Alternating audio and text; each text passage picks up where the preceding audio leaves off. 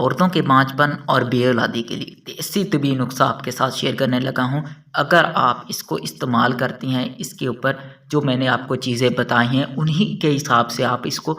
استعمال کرتے ہیں تو آپ بھی انشاءاللہ بانجھپن سے چھٹکارا پا لیں گی اور اللہ آپ کو بھی اولاد نیرینہ عطا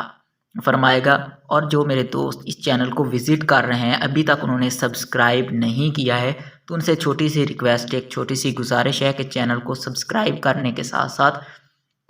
بیل نوٹیفیکیشن کو لازمی سے آن کریں تاکہ اسی طرح کی کوئی نیو ویڈیو اپلوڈ ہو تو اس کا نوٹیفیکیشن آپ تک بر وقت پہنچ سکے۔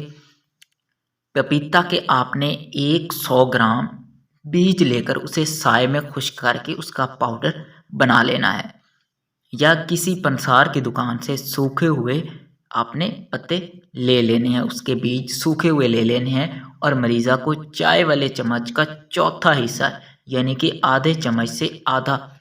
صبح اور شام خالی پیٹ دودھ سے استعمال کرنا ہے۔ یہ آپ نے 40 روز تک آپ نے اسی کو استعمال کرنا ہے۔ ایک خوراک آپ نے